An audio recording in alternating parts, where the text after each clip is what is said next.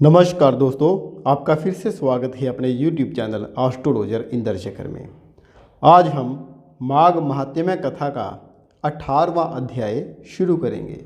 बोल विष्णु भगवान की जय, बोल सरस्वती माता की जय। वशिष्ठ जी बोले, मैंने दत्तात्रेय जी का कहा हुआ माघ महात्म्य कहा। अब मैं माघ महीने के स्नान से उत्पन्न फल को, जो यज्ञों में उत्तम सब दानों का फल देने वाला है और सब व्रत एवं तपों के समान है, वह मैं कहता हूँ। हे राजन, माघ स्नान से मनुष्यगण पवित्र हो। दोनों मातर पितर कुलों के पितरों सहित सवै इच्छाचारी उत्तम सुंदर विमानों पर चढ़कर स्वर्ग को जाते हैं। जो माघ महीने में नदी में सूर्योदय काल का स्नान करता है, वह पिता तथा माता के वंश के समस्त मनुष्यों का उद्धार करके सुंदर माला लेकर स्वर्ग जाता है। सदा के पापी, दुराचारी और कुकर्मी मनुष्य भी माघ के स्नान और हरि की पूजा करने से पाप के बड़े समुदाय से निर्मुक्त होकर भगवान के समान शरीर वाले हो जाते हैं। पाखंडी मनुष्य भी प्रयाग में माघ के महीने में 3 दिन तक स्नान करने से सज्जनों की गति को प्राप्त होते हैं। संसार में पुण्य तीर्थों में माघ महीने का स्नान मनुष्यों को अत्यंत श्रेष्ठ है। इससे मनुष्य ब्रह्मवेत्ताओं की दशा को प्राप्त होता है, इसमें कोई संदेह नहीं है। हे राजन, माघ में तप, दान, जप और हरि भगवान की पूजा ये सब अक्षय होते हैं। माघ के स्नान समय अन्न दान करने वाला स्वर्ग में अमृत पीता है। सुवर्ण दान करने वाला इंद्र के पास जाता है। दीपक, अग्नि और वस्त्र दान करने वाला मनुष्य कांति युक्त हो सूर्यलोक में वास करता है। माघ में स्नान करके जो भगवान की पूजा करते हैं, वे स्वर्ग से लौटकर राजा होते हैं तथा दिव्य रूपवान, भाग्यवान, मधुर बोलने वाले, धर्म युक्त, बड़े धनी और 100 वर्ष की आयु वाले होते हैं। शरीर, वाणी और मन से जाने या बिना जाने हुए संपूर्ण पाप किसी उत्तम तीर्थ में माघ महीने में स्नान करने से नष्ट हो जाते हैं।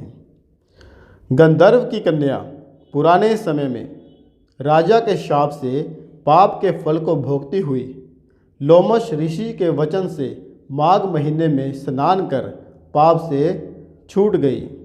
यह आश्चर्य है। राजा दिलीप ने यह सुन गुरु चरणों में प्रणाम करके बड़ी श्रद्धा से पुरोहित से पूछा, हे भगवान, कन्याओं को कहाँ से शाप मिला? वे कन्याएं किसकी थी? उनके क्या नाम थे और उनकी क्या उम्र थी? किस तरह में लोमश ऋषि के वाक्य से पिशाची शाप से मुक्त हुई? उन्होंने माघ महीने में कहाँ स्नान किया और संख्या में कितनी थी? वशिष्ठ जी ने कहा, हे राजन, इस धर्म पूर्ण और संतान को पैदा करने वाली अपूर्व कथा को सुनो। सुख संगीत नाम के गंधर्व की कन्या विमोहिनी थी। सुशील की कन्या सुशीला, सवर देवी की कन्या सुश्वरा, चंद्रकांत की कन्या सुतारा तथा सुप्रभ की कन्या चंद्रिका थी। हे राजन, ये सुंदर नाम इन अप्सराओं के थे। ये 5 कन्याएं नित्य भोग करने वाली स्त्रियों के समान सदैव शोभायमान थी। चंद्रमा के समान स्वच्छ अमृत रस युक्त थी। माता पिता की लाडली ये कन्याएं कुबेर के स्थान में विचरती थीं। कौतुक से एक बार 5 मिलकर माघ महीने में एक जंगल से दूसरे जंगल में मंदार के फूल तोड़ती हुई गौरी की पूजा के लिए सुंदर जल वाले सरोवर पर गई। कमलों को लेकर उज्ज्वल स्फटिक युक्त सरोवर में स्नान कर मौन धारण किए हुए उस स्थान की सुनहरी रेत से उन्होंने उमा की मूर्ति बनाई और चंदन, कपूर, कुमकुम और सुंदर कमलों से इस मूर्ति का भक्ति से पूजन करके ताल देकर नृत्य करने लगी। जब ये कन्याएं रसीले सुर में गा रही थी और नाचने में लीन थी, उसी समय उत्तम तीर्थ अच्छोद में वेद निधि मुनि के पुत्र अग्निपथ ऋषि स्नान को गए। वह युवा ऋषि रूप में, सुंदर मुख, कमल के समान नेत्र, विशाल छाती, सुंदर भुजाओं वाला, श्याम शोभा का, शिखा सहित वह ब्रह्मचारी दंड लिए कामदेव के समान शोभायमान, मृग चरम ओढ़े, सुंदर यज्ञोपवीत पहने, कमर में सुवर्ण की सी मूंज की करधनी पहने उस ब्राह्मण को वहाँ सरोवर तट पर देखकर वे कन्याएं बड़ी मुग्ध हुई और आपस में कहने लगी कि यह हमारे नेत्रों का कौन अतिथि है। नृत्य गान त्याग कर वे सब इसको देखकर काम में उत्तेजित हो गई। ये पांचों मोहित कन्याएं देखो देखो ऐसा कहकर उस उत्तम ब्राह्मण युवा के चित्त में काम क्रीड़ा उत्पन्न करने लगी और यह अप्सराएं विचार करने लगी कि क्या यह कामदेव है या अश्विनी कुमार है या कोई गंधर्व है, किन्नर है या सिद्ध है या किसी ऋषि का पुत्र है अथवा कोई श्रेष्ठ मनुष्य है।